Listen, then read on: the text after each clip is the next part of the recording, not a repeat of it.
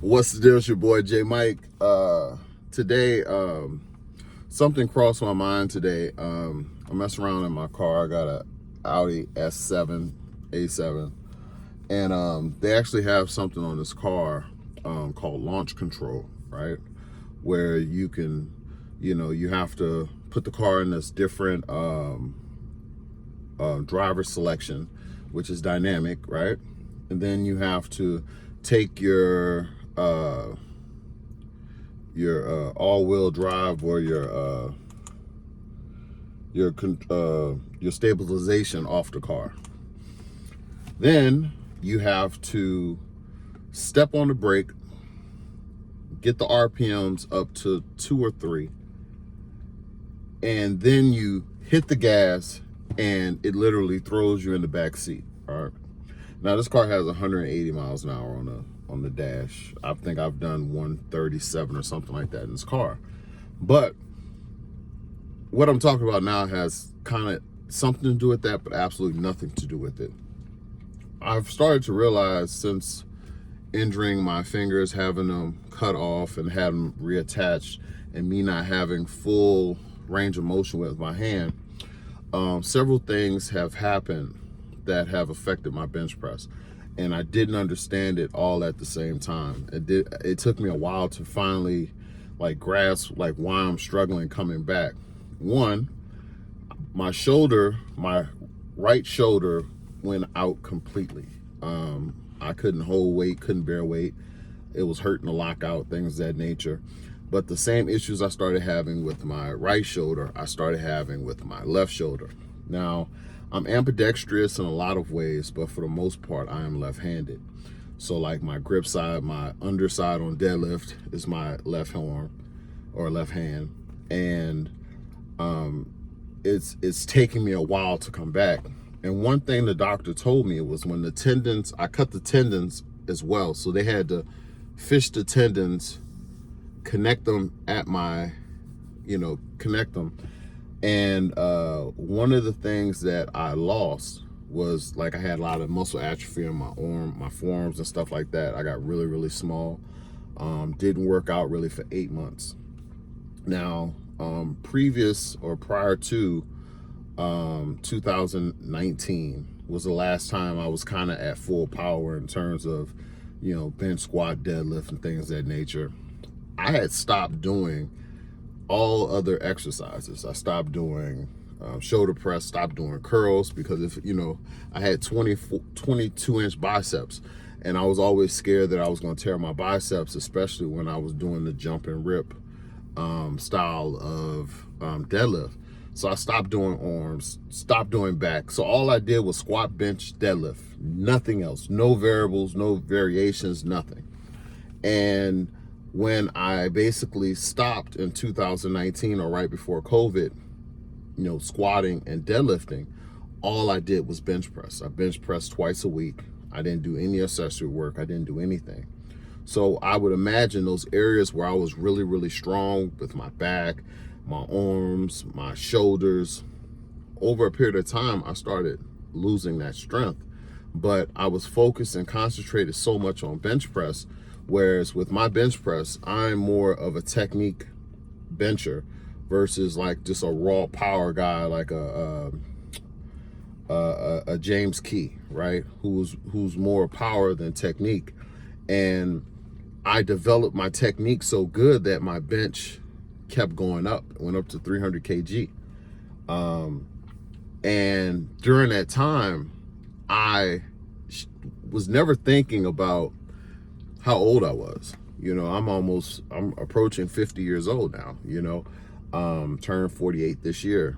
And to expect to keep that muscle mass without doing anything in terms of managing and maintaining what I had, I stopped doing everything. So from 2020 to 2022, when I dominated the space in terms of bench press, especially on the specifically on the drug tested side, I took that time and ran myself into the ground. I was pushing, and to be honest, I had nowhere to lift. So when I built my bench up to a 300 kg bench. I had nowhere to go. We got kicked out the IPF. USAPL was doing meets. I did the meets that I could, and I've won them. Won money. But I did not get a chance to compete when I was at my best. Now, with all that being said, when I cut my hand and I started training again, certain things I started noticing.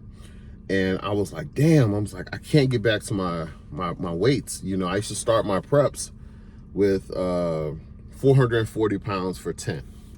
That would be the baseline. I would work that all the way up to 512 pounds for 10. And then I would go to my 8 wave, my 5 wave, my 3, 2, 1, compete, something of that nature, right?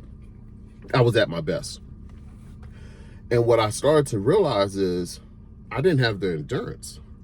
I didn't realize how much muscle mass I lost, you know, up on my shoulders, my chest, how tight I was, you know what I'm saying, in terms of just my overall physique. And, you know, my weight actually went up higher than it's ever been after I hurt my hand. And for a long time, I thought that I was losing weight. I was just losing muscle, but I wound up gaining a shitload of weight. And trying to come back from that has been crazy. So like since December, I haven't drank any alcohol. I'm down like 30 pounds.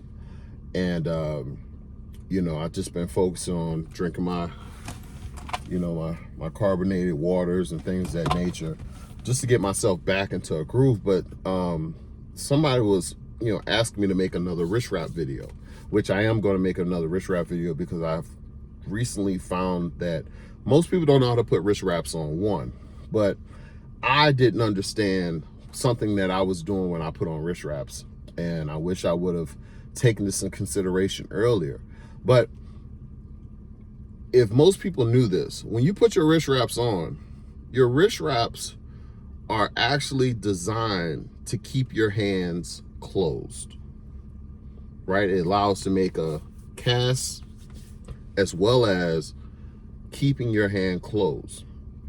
Now, there are several things. If you ever notice, if you put your wrist wraps on too tight, it's actually hard to close your hands. So when you're putting your wrist wraps on, you should be making a fist, locking everything in tight to where your wrist wrap is being wrapped around the grip or the tension level that you're going to be using when you apply pressure onto the bar. Now, what so many people don't understand, a lot of people do, they do not squeeze the bar hard enough on the bench press because they're not locked in. And I found out that during my comeback, with me not being able to grip, I was having cutouts in the middle of my reps. My reps weren't fully engaged. And I didn't realize that. I was like, damn, I never realized how important squeezing the blood out the bar is. And if people did that, I believe that they would be more connected all the time. And I'm gonna run the first story back about the launch mode in the car. When you're about to launch, you're revved up the whole time with a brake on. And then when you release the brake, all that power goes into the shot. That's the same thing with the bench press. When you're bringing that bar down, you're revving. And the brake is like the bar coming down upon you. And once you pause and you get that start command, it's like hitting the gas. And what you're seeing a lot of guys do, they just bring the bar down. They're not engaged. The bar crashes on them. And then they're trying to accelerate. But it'll be much easier if they were in gear the whole time without having to ramp up all at once. And that's why you see so many positional errors, so many, you know, people hitting the racks or getting offline because they're not engaged, and they try to jump engage at the last minute, and it just doesn't work. But this is something I just wanted to put out. It's like a little 10-minute video. But if you guys are interested in some great wrist wraps, you go to athletikovereverything.com, pick up the world's greatest wrist wraps, the shadow bands, which have sold like crazy over the last 3 years I've had them. But check them out. They're on sale. Until next time, Athletic Over Everything. Holla at your boy.